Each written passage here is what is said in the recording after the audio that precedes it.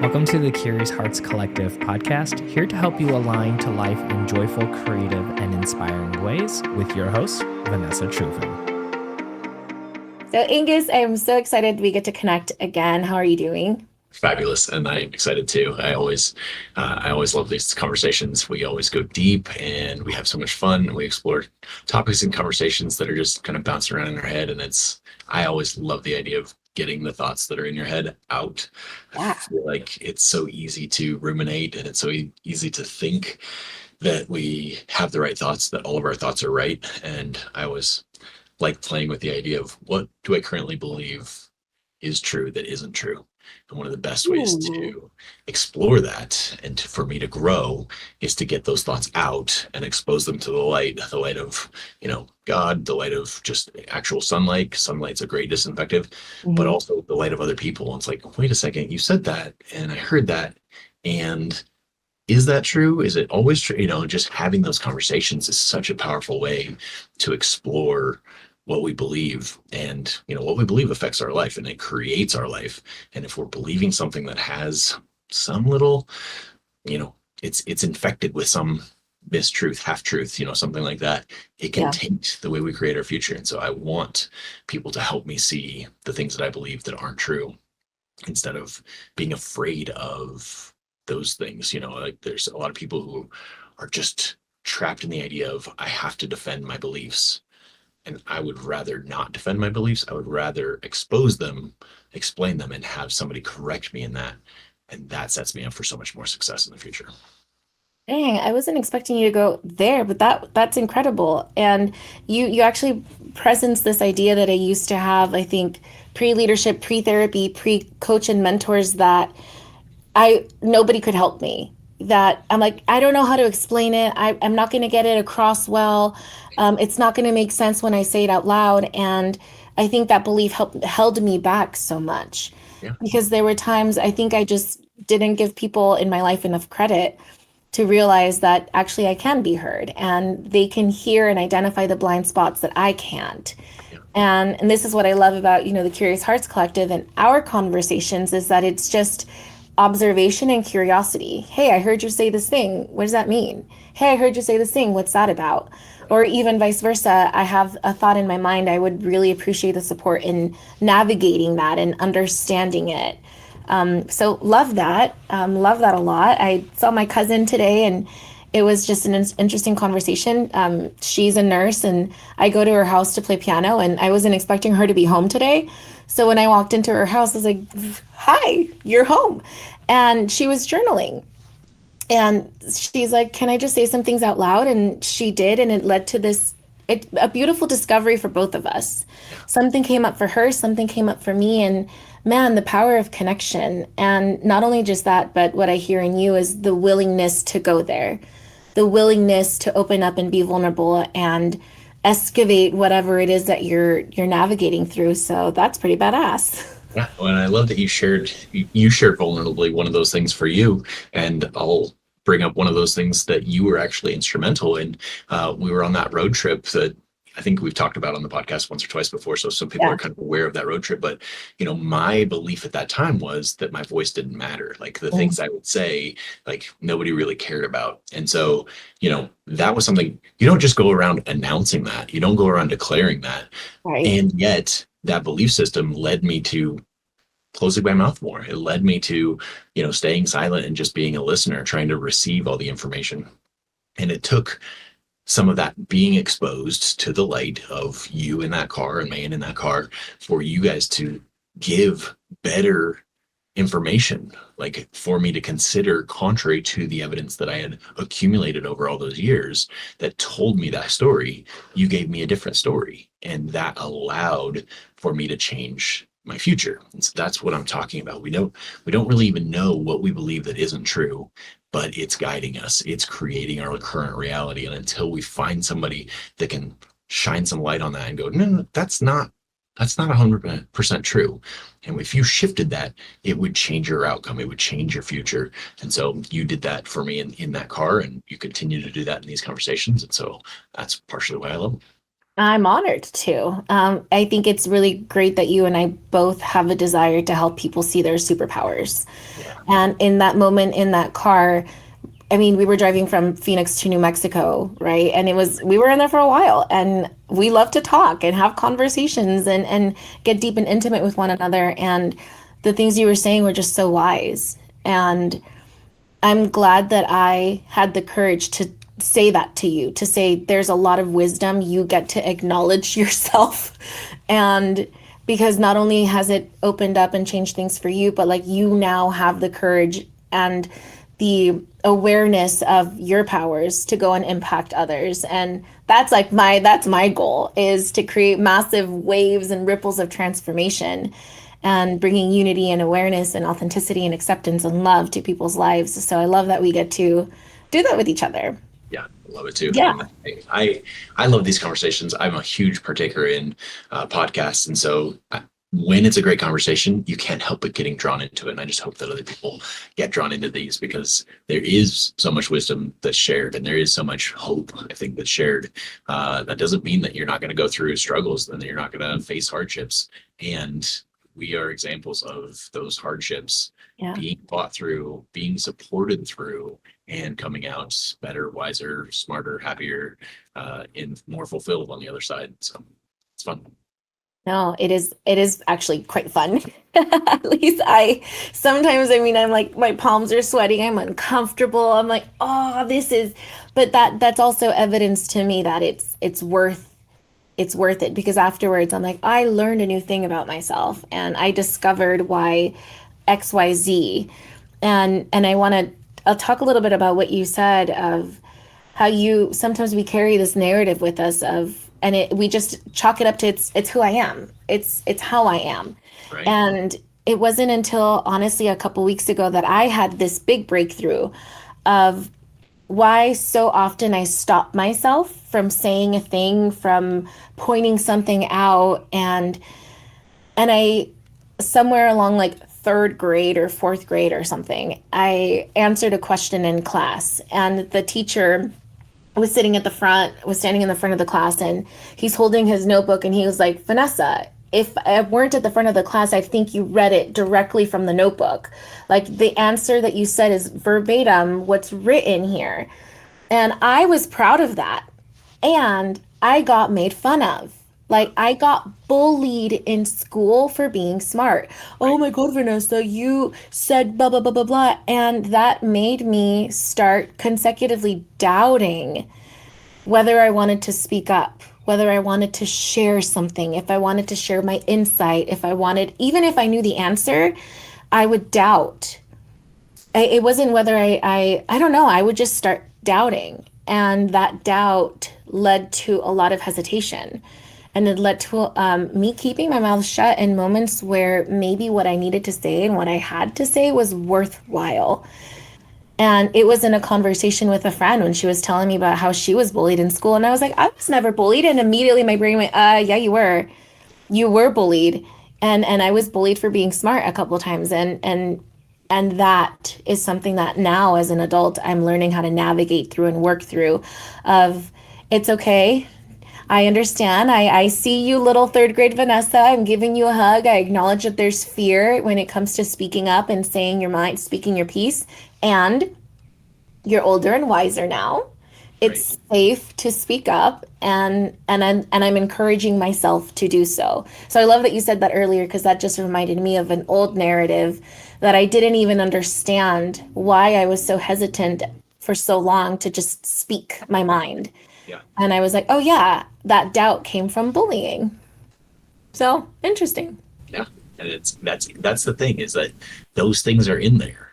Like they're in our thoughts, they're guiding who we are, but we don't know. It's like I often try to relate our brains to computers because Windows computers and now Mac somewhat are designed. And the reason that they took off is because they're so intuitive. We know how they work. We can kind of figure them out because they were designed around the human brain. And likewise, we think that everything that's in our computer is stuff that we want there. And then it's helpful. We downloaded these softwares and we have all these apps and all this stuff. But malware and viruses and stuff get in there and then they start to slowly chip away or limit or restrict the effectiveness, the speed of those other tools. And we don't know it. It's like, it seems like this is running glitchy, but I don't know what I'm doing. So like, I guess maybe it's older and slower. Yeah. But like, then you find out that, oh, we've downloaded some old stuff that's actually affecting how the results that we're getting.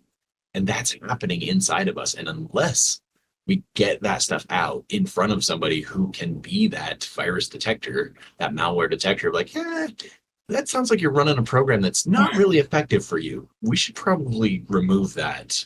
And that's what we're talking about, is like getting those viruses out, because they're part of us now. We have embraced them. We carry them around, and they create an outcome.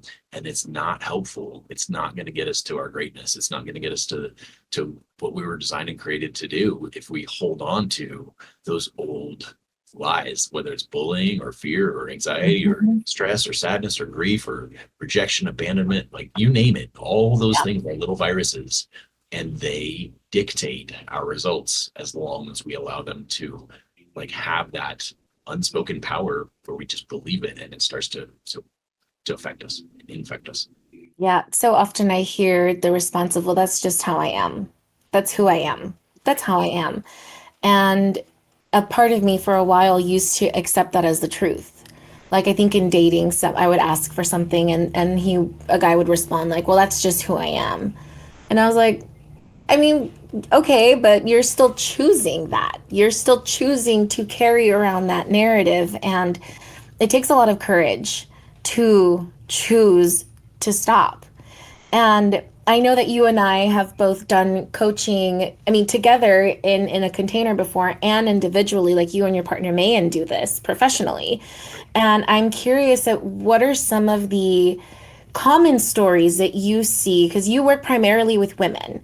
And I say primarily, but I know that you have some clients that are men as well. What are some of the stories that you see come up often, or some of the themes? I know it can look different for each person, but what are some of the themes you notice that we carry around that really dictate and navigate how we see ourselves and the choices that we make in our lives? Yeah. So before we go there, I want to touch on one thing that you just said about like when you're dating somebody and they like, oh, that's just who I am. Yeah. One of the things I like to say is I'll give you two different things I like to say. Like, first of all, yes, it is who you are. And aren't you more than that? Like, one of the things I like to think about is I am the same person who at night sets my alarm to get up at 5:30 to, take the dog for a walk, go to the gym, do the things. And I'm also the same person who at 5:45, 5:55 is like killing my snooze, going, do I need to get up that early? Like, I'm both of those people. I'm the person who has this big vision, and I'm the person who doesn't wake up and make that vision happen sometimes. So I get to acknowledge that both of those people are inside of me. Ooh. And sometimes we just adopt the one where it's like, oh, I'm the type of person who can't wake up in the morning. Are you? Like, or is that just that version of you it's got the upper hand? Like, you've let it win so many times that you've forgotten that you're also the person with the big dreams and the big goals. And so that battle is always within you. And I like to say that there's you, and then there's the higher version, the higher self of you that knows that you're meant for greatness. Like, all of us are meant for greatness in some way, shape, or form. Yeah. It's not going to look the same as your neighbor. We're not going to be Michael Jordan's, and we're not going to be Elon Musk's, and like, you name your greatness. We're not going to be them, but we were designed for some sort of greatness. And your higher self knows that and is calling you to that. And your lower self, the lazy, bad habits, like all the parts of you that haven't been refined, are pulling you back down. So asking yourself that question of like, I recognize that that's true now, but aren't you more than that? Like, isn't there a higher version of you that you want to step into? Because I think most of us, I think, want to be called to that higher self. Like, we know that there's some greatness in us, but we've gotten away with it so long that it's like, it's just who I am. Yeah, it is how you've been showing up, but aren't you more than that? Like, aren't you able to overcome? Like, isn't there some level of greatness in you? So I'll just leave that and then get to answer your question. I would say the two most common things that, if I was to funnel them down into, or a better term is chunk them up into, like, they all kind of lead to this belief system or lie. The first one is, I'm unworthy. Like, Mm. I'm unworthy to be loved. I'm unworthy of success. I'm unworthy of, like, there's some level of worth that I don't deserve to have what I want.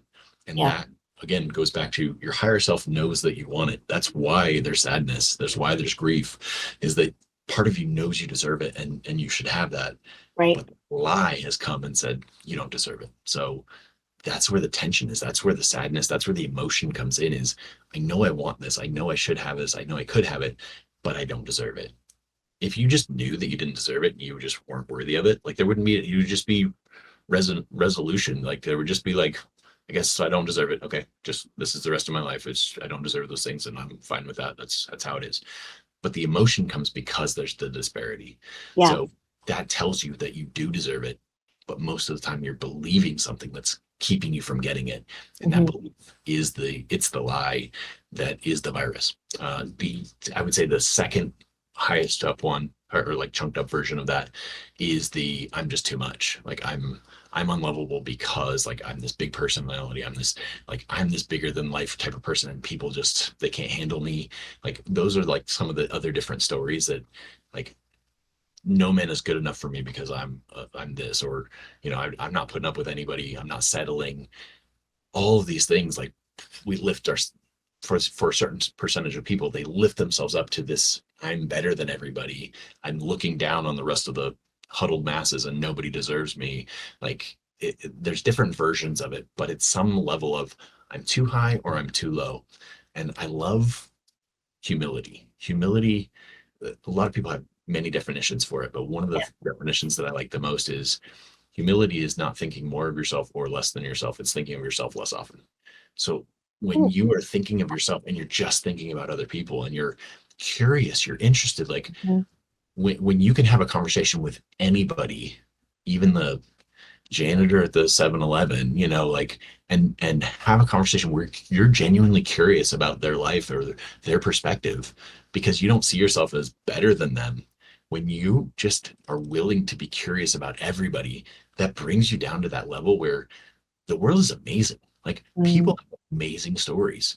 I talk to women all the time who they'll go on dates and it's like, oh, it's just boring. There's just they don't do anything to catch. And I'm like, that means you're boring. Because if you can't find something that you're curious about this amazing person who's sitting across from you, there's something missing from you. I can have the most amazing conversations with anybody that I come Yeah. into because I'm actually genuinely curious about pulling out what's amazing about their life. Mhm. And if you can do that to people, like you'll be alarmed at how amazing people are. Like you will be in awe of life if you begin to come down from your higher elevation, I'm too good for people, looking down on people, to just be with them and actually see them. It is incredible who humans are. Oh my God, everything that you just shared was so beautiful. I love that this is so unscripted. This is so just naturally raw, genuine curiosity. And this is just you sharing openly and honestly because just wow. There's there's so much I don't even know where to begin now. There's I had a moment in the car with my cousin Karen. She's 2 years older than I am. We grew up together. We love each other, and we were driving, and her parents were in the back seat with her kids, and we were just driving in the car. But it was a party. We made it fun, and I mean, we were driving home after our nephew's first communion. We were told the time wrong 3 times. We showed up to the church 3 different times. And mind you, like my uncle in the back seat he was frustrated. He was so frustrated. And we turned it around. We turned that around and he's like in the back seat dancing and partying. And he goes, "You guys are so much fun." That's all he was like, "You guys were just so much fun because we took his super grumpy bad mood and turned it around." And there are times where I think at the drive-through at In-N-Out with a friend, like we had a conversation with the person taking our order, and he was like, "Oh my God, like, thank you." He thanked us for Yeah. the 1 minute interaction where Yeah. we were like, "Hey, you look great today," or this and that. And it's just like the ability to be present and be connected in the moment. And Totally. one thing that I have a sticky note written on my cork board right here behind my laptop is I'm not doing it for me. I'm doing it for her. And when I think about her, I think of two people. One, my mom, just because I love making my mom proud and I love showing her the things that I can accomplish in my life. And then two, when you think about your avatar, your target market, your client, when I think about the person listening to this podcast right now, I get to get out of my own way to share, to have you on this podcast, to ask you questions, to be connected, to share our wisdom, to share our curiosities so that something can open up in her, in anyone's life, that can drastically impact and transform the way that they see themselves, that they live their life, that they love themselves. And it's amazing that I love that that's what you present of. Like, essentially, to me, it's just get out of your own way and do the thing, because there's somebody out there waiting to receive the wonderful gifts that you have. And I have a question on that though.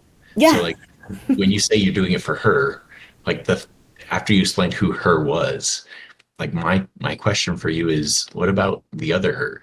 Like the future you that like you want to make her proud.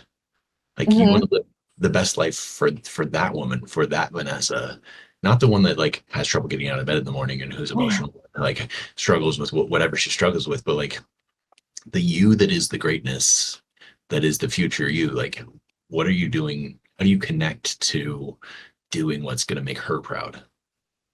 That's interesting. I don't know how often I connect to her. I think when I connect to the future Vanessa, I'm searching for guidance. And when I think about, I love that you presence this, because I had a conversation about this similar. I love playing piano. And that's not a surprise to you. I don't know if we've talked about it much, but I love playing piano. And I wanted to learn how to play piano. I mean, my whole life. I begged my band director to let the instrument that I got to choose to play in band be the piano. And he was like, no, it has to be an orchestra instrument. So I chose flute. Anyway, sometimes when I sit down to play, I think about 7-year-old Vanessa. I think about third grade Vanessa. And I do it for her. I play for her. And I think of like, dang, all those years where I just longed to be who I am right now, Yeah. to be able to play at the level where I can play right now. And I play thinking about her. Like, I went as far as almost wanting to, I didn't, because I suck at putting pictures in frames, but I wanted to frame a picture of myself, of like little girl Vanessa, and put it on my piano and play for her. So I think you bring up an excellent point of the choices that I make today, who I choose to be, the old stories that I choose to no longer carry around. I am doing it for her. Like, every single choice is definitely related to who I become and who I transform into today. Yeah. So I love that you presence that, because I never really connected that when I think about I'm doing it for her. Her is just the collective now. Sure. Yeah. I love that. I love that. Good.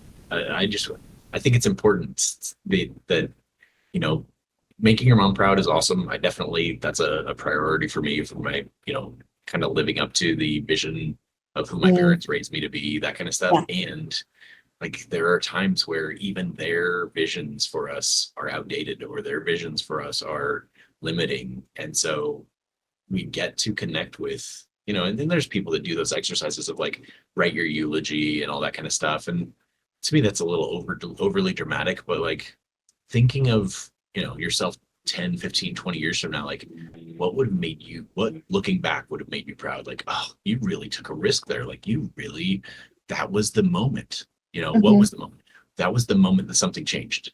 It was just a random day, but like you chose to do something for yourself, for us, for like all of you, for the 8-year-old, for the 13-year-old, for you, like all of us. That Mhm. was the day that you chose that moment to do something for us. And those moments can happen every day. And I love that you presence the in and out thing. Like I genuinely, and maybe presence is so important. You hit it. And so often we're so in our tasks that we Mhm. miss being present. But some of the very best memories that you will have is when you're present. I don't care if it's at Mhm. the grocery store or the restaurant or the gas station or the in and out, but like when you are actually present with another human being, instead of thinking about, oh, all the things I have to do and the people, I wish I was on a better date with a better person. And like when you leave that moment and that connection, I promise you your life is not better. that when you press in and be really present and like make a joke with the cashier, or like I laughed with somebody. Oh, it was at Fry's the other day, grocery store. And there was me and this, I'm going to say she was probably like 65, 70-year-old black lady. And we were picking watermelons together. And we had two really good gut chuckle laughs, just picking out, how do you know the right watermelon? I don't know. Like we're just there with each other and we had a good laugh. Yeah. 97%, 99% of the other people in the store didn't have that experience because they're not willing to be present with somebody. They're not really willing to connect. And those moments are magic. And if you don't do it, you are missing the magic of your life. Yeah. Oh, so many opportunities for connection and being present. And with my mom, it's really funny. I can tell when she's not present. I was on the phone with her and we were in the middle of a conversation and she was like, oh my God, so-and-so had surgery. And I was like, Mom, are you on Facebook? And I'm like pouring my heart and soul out. And I'm like, Mom. And she's like, oh my God, so-and-so had surgery. And I was like, what are you doing? Are you on Facebook right now? And I knew she was on Facebook because I saw the same post earlier that morning. And I was like, Mom, put your phone down, like be present with me, or we can talk on the phone later. Yeah. And that's something that's so important. And I had really quickly, I want to share the story just because it makes me giggle. I was visiting a friend in LA this weekend and I stayed at the hotel with them, and it was a $50 charge to park my car per night in LA, which I'm not used to that. That was terrible and gross. So it would have been $100 for those 2 nights. And we were checking out. I was checking out. I was waiting for my car, and there were these 2 older women, a mother and a daughter. I want to say 60s, 70s. And they were running really late for a wedding, and they made it valet's problem. It was entirely valet's problem that they were running late for a wedding. They were causing a scene. They were demanding for their tip back. They were demanding to speak to the manager. They were right in front of me. And the guy at the desk said, I want you to let you know, before she even said anything, there's only 3 of us working today and we're running a little behind. It'll take a little longer to bring your car forward. And she caused a scene and no one was saying anything. And I mean, she was yelling at them. Both of them were yelling at these poor guys that were trying their best to navigate. There's a lot of people waiting in the lobby for their cars, and there's only 3 of them on a Saturday.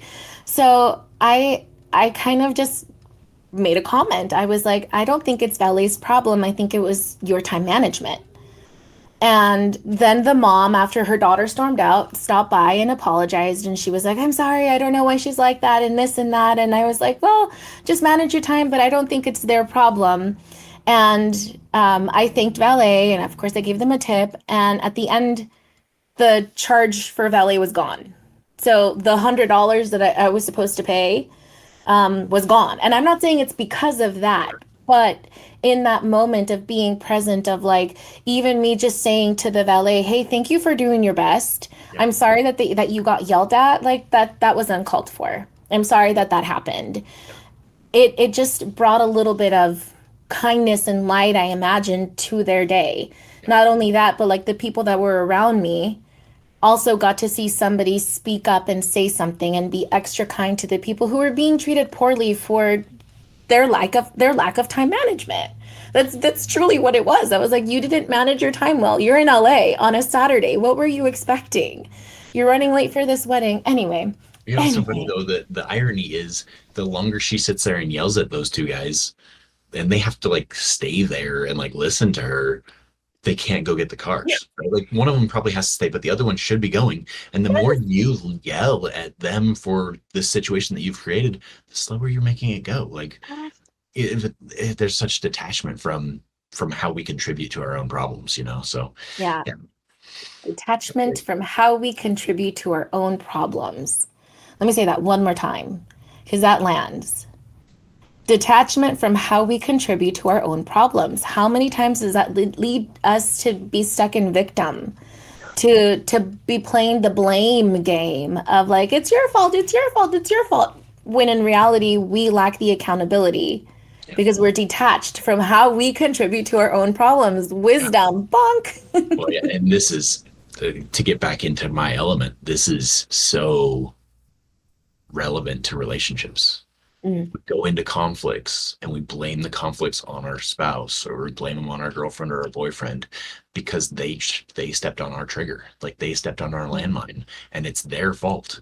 And I will promise you, when you own your side of the street and go, oh, you did this thing, you said this thing, and it brought this up for me, I felt this way.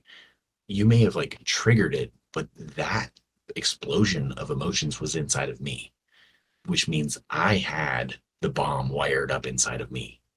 It was Wow. already there. You just stepped on the trigger. You didn't know that I planted that landmine there. I forgot that I planted that landmine there Wow. because I never wanted to feel this way again. And so I built up this protection that if anybody treats me this way, I'm going to. None of this is conscious. This all happens at the unconscious level. Yeah. But we have built these things up that we don't even recognize we are contributing to our relationship. And then we break up with that person because all we did was fight. All he did, he was so toxic, and she was a, what Yeah. did you do to contribute to this problem? Because so much of those results are happening within. And if we're blaming the outside, if we're blaming the world, we lose all control. We don't change anything. And I promise you, you will repeat something very similar to that in the future because you didn't deal with it. You were blaming it on the outside. Mm-hmm. To offer a little change of perspective on that same scenario, the way that I grew up and a lot of the women that I saw in my life growing up, it was kind of the opposite. It was, I'm to blame. I didn't do enough. I did this and I did that and I tried everything and like, man, when you grow up seeing that and when you started seeing how that shows up in relationships, especially like when I started navigating poly and like dating people, I was like, damn, I bent over backwards for that person. I did everything. And in reality, that was my problem, is Yeah. that I didn't have the boundaries, is Yeah. that I didn't know how to advocate. And when I was like, I was essentially perfect in this relationship, blah, blah, blah. I did everything right. No, I didn't. No, it's I just did it's not. just a different kind of camouflage, right? Like Exactly. one is a winter camouflage and one is a jungle camouflage, but both of them we are victims. We were Yeah. just one of them we were victimized by one type of thing, and one of them we were victimized by another type of thing. Yeah. But it's still putting it out to somebody else. Like I tried everything. I he didn't victimize you. Like you victimized yourself, but you don't know it yet. You're not aware of it. And as long as you keep blaming him or her or whoever, it's going to happen again Yeah. because it does come down to, okay, do you know yourself well enough? Do you like yourself enough? Do you trust yourself enough to speak up, to set your boundaries, to say what you want, to say what you need, and expect that you're worthy and deserve that? Or are you going to just keep over giving, oversharing, being walked on because you never said anything in the first place? You just did all these things basically passive aggressively trying to get your needs met, but you didn't actually communicate any of them. That's why you're the victim now. It's still you victimizing you, but you won't look at yourself in the mirror. It's like that Scooby-Doo meme. I think it's Fred. Yeah, Fred, the blonde Yeah. character from Scooby-Doo. There's a meme and he's, there's the one cartoon is him and he's about to demask the person who's the problem. And it says you finding out who your problem is. And the next scene, it's him pulling off the mask, but it's him under the mask. And it's like, Yeah. oh, shit. Like, Yeah. I'm the one who keeps contributing to my problems. But Yeah. as long as we aren't willing to look at ourselves genuinely and honestly, and sometimes, as we were talking about at the beginning, have somebody else look at our life and be like, hey, it's not that you bent over and did everything for him. It's that you absolutely see yourself as being worthy of being taken advantage of and walked all over. When are you going to stop that? It's the same thing. It's just a different camouflage. Yeah. Oh my goodness. It entered the Taylor Swift song. It's me. Hi, I'm the problem. It's me. I once told a student that I was coaching that I'm like, the way that I see you is like you have this bucket of water in front of you and your head is dunked in it and you're drowning and you're drowning. But what you don't realize is that it's your hand on the back of your head keeping you drowning in the bucket of water. And she was just kind of like, oh my God, you're right. And we do that to ourselves so many times throughout, and it looks like so many different things. And it's like you are the same person that sets your alarm at night. You are the same person that hits snooze at 5:30 and 5:45 every morning, it's the same with me. I am the person who will set these goals and then chooses not to do them. I'm the same person who will continue doing things that I know are bad or that I shouldn't or whatever it is. Yeah. And oh my God, I love that meme, though I know exactly what you're talking about. Oh, the realization it was me the whole time. On that note, because I think for me, the answer is curiosity of how do I navigate through those, like the victim, the not identifying the role that I play and whatever result I'm generating. What are some things that help you stay aware or curious or just navigating through those, I want to say problems, but situations. I'll say situations instead. Okay, so off the top of my head, I would say at some point, if you choose and are intentional, you can create that as a mindset, as a philosophy, as a habit. Yeah. It's just part of your personality. And I think I'm at that point now where it's more of my default. So, but I don't want to make it sound like, oh, you just have to just keep trying and you're going to get there. Practically speaking, one of the things that I would say is choose who you surround yourself with. And so whether that's your friend group, like if all of your friends make excuses about everything and like you get together and just complain and bitch and moan about like how their bosses keep them down or financially, just when I think stuff's going right, then my tires blow out. And like, there's always like something else that's at fault. Look at your friend group. And if they all have excuses leading their lives, you might need to extract yourself from that friend group. Yeah. But more than that, I would say the earlier that you can have the humility to say, even the greats, I made a post earlier today, even the GOATs, the Michael Jordans, it's like one of our trainers was a former Olympian, and like even the very, very best have coaches. They have trainers, they have mentors. And so if you're young, you have a huge advantage. If you're old, it doesn't matter. Like you've got enough experience to know you aren't always the one who listens to that higher calling, that higher self. Most of the time you gravitate toward that lesser being who's like wants you to stay in bed. The coach, the authority figure, the accountability partner, the mentor who has the results that you want. Put yourself around that person. Ask them, humble yourself enough to say, I see where you're at in life. You've gotten to places where I want to go. Can you help me get there? Some of them will do it for free. Some of them you have to pay. Some of them you have to pay thousands of dollars for. One of my mentors in the relationship space, she only takes clients who are billionaires. She won't even consider if you're not a billionaire. Like some of them have high requirements because they're going to hold you to the highest standards. Yeah. And if you want to get those results, choose who you're putting yourself around. And then when they call you forward or call you higher, like you're not living up to your best self, that's an excuse. What's underneath that? Why are you accepting that from yourself? You get to stay in that fight because it's going to be uncomfortable. The part of you wants to sleep in and make excuses and has gotten used to that isn't going to want to deal with that. But if you stay with it, if you listen to it, if you face it, you're going to get better results. That was a wonderful answer. And God, there's so much truth to that. And I know in one of the last podcast episodes we recorded, we talked about community and surrounding yourself with people who are willing to do that. And also doing the work yourself to understand, like, if I come to you and Angus, I'm like, I have feedback for you. Are you open? I know that you won't think, wow, Vanessa's criticizing me. Wow, she criticized me with XYZ and said that I suck and my mama sucks and all. No, like you get to have that within yourself to understand that feedback is neutral. Yeah. And that you say things, at least from the people that you know and trust, out of love. Like, I love you so much that I want you to hear this. Because this is a blind spot that I identify. Or, hey, you said you were gonna XYZ. Why didn't you? I was doing a meditation challenge with my sisters, and I would constantly, did you do it? Did you do it? Did you do that? And I, at one point I was like, hey, I don't want to waste my time and my energy continually asking you if you're doing this. You're asking me for tools that I think will work to get you the result that you want, and I'm giving it to you. And you're choosing, oh no, I forgot, or this. And I was like, okay, I'm going to stop then. And when I said that, it was okay, wait, no, hold on. No, I do want that. And I understand that you're right. It's kind of connecting to the prices that other people pay in our lives. Mhm. Right. Yeah. And so I love that that was your response was just be mindful of and look around who's in your circle. How are they lifting you up? Are they lifting you up?